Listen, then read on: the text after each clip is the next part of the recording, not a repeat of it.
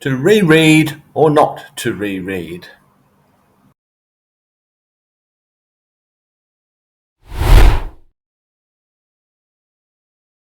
Are there books that you have returned to again and again over the years?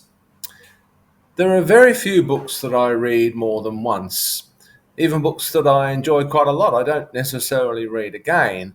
I don't try to recapture the experience. I suspect that's probably not possible.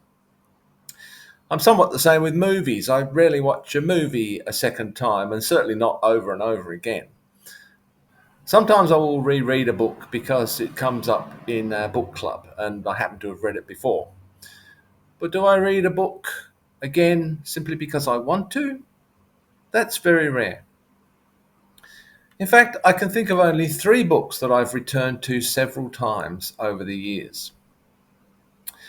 The first of these is Dune and its two immediate sequels, which I have reread again recently, probably largely because of the release of the Dune movie with Timothée Chalamet. I enjoyed the first two or three of these books as much as I did the first time around. They've held up remarkably well given that they were written in the 1960s, at least the first two were. That's Dune and Dune Messiah. Except perhaps for in one respect. I find the usage of Islamic symbolism and mysticism fascinating here, but it's unlikely that such a positive rendering of Islam would be written today. The movie certainly tones that down. Why does Dune appeal to me so much? Well, I think the mysticism is one aspect. It's mystical without being particularly religious. As far as I can recall, there's no talk of God in the books. God is the sandworms. Very this worldly, at least in the context of the books, it's this worldly. There's also the political and social complexity of the world that Frank Herbert creates. I don't think there's anything in science fiction that quite matches it. Although sometimes the politics can become a bit confusing, trying to remember what faction is which and so on, and who belongs where. Nevertheless, Herbert creates this world without excessive exposition and explanation. The second book that I've read and reread is Sons and Lovers by D.H. Lawrence. I first read that for school, and I've read it several times since at different stages of my life. I've read all of Lawrence's novels and many of his short stories and essays, but this is the only one that I've returned to time and time again. So, what is it about this book? I think primarily it's the central character, Paul Morrell. As in so many of his novels, this is clearly a portrait, at least in some respects, of Lawrence himself. I've always had a love hate relationship with this character. I'm struck by the brutal honesty with which Lawrence writes this character. He's in so many ways selfish and even cruel at times. Yet he also has these moments of sublime ecstasy. And these generally come in the context of the simplest, most day to day moments, walking through a field at sunset or making love to a woman. These experiences don't occur in cathedrals or during moments of prayer.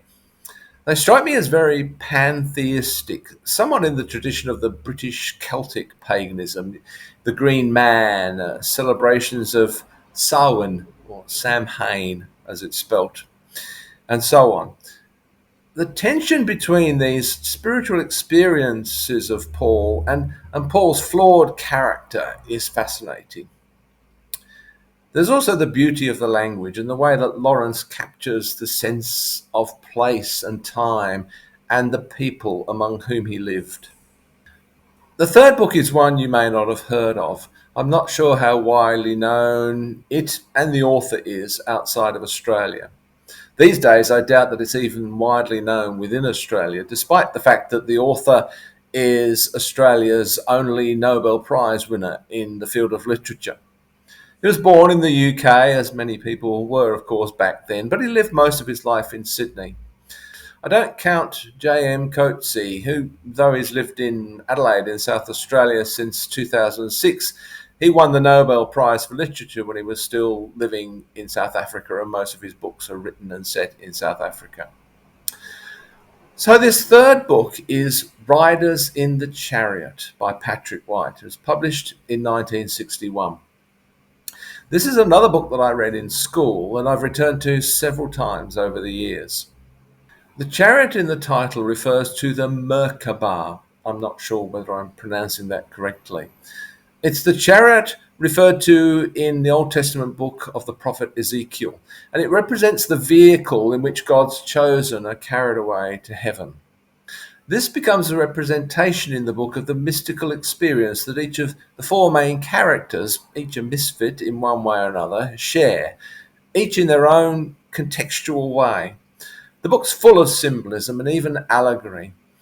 The four main characters: a Jew by the name of Mordecai Himmelfarb, who's a Holocaust survivor; Mary Hare, an eccentric, somewhat crazy heiress living alone in an almost animalistic state in a decaying mansion; Ruth Godbold, who's a devout Christian and a kind of universal mother figure; and Alf Dubbo, who is a half Indigenous man, one of the stolen generation in Australia, who was taken from his home and placed in a mission. He has a strong artistic impulse but lives a destructive lifestyle. These each represent a biblical character, particularly in the climax of the book, where Himmelfarb the Jew is symbolically crucified. Respectively, they represent Jesus, obviously, Mary Magdalene, Mary, the mother of Jesus, and Peter. The symbolism is explicit. Each of these broken, damaged people, nevertheless, has profound experiences of the chariot. There's a suggestion that their brokenness is the very thing that makes them open to this experience. Now, this is very much a book of its time, as of course are all books, and it probably won't appeal to modern readers. It's a long book, as is Dune also, and wordy, but beautifully wordy, I would say. Looking at these books, there's clearly a common theme, at least one common theme that runs through them, namely a streak of mysticism. Only in Riders in the Chariot does this take anything approaching a conventional religious form. Although, even in this case, I would argue that the mysticism is very pagan, even quite visceral. This is an embodied, this worldly mysticism. Clearly, I've always had an interest in and fascination with these kinds of experiences. Although, once again, I emphasize that these are psychological processes and have nothing to do with any kind of supernatural world or supernatural being. And that's the context within which such experiences should be studied, as expressions of the inner life, sometimes quite chaotic, of human beings. Perhaps it's not surprising that I also later came to work with people with various psychiatric illnesses. There are clearly points of contact here, but where is the line? That is indeed a good question. So there they are, the three books that I have repeatedly returned to over the years: Dune and its sequels by Frank Herbert, Sons and Lovers by D.H. Lawrence, and Riders in the Chariot by Patrick White. Are there books that you have returned to time and time again? Maybe let me know in the comments below.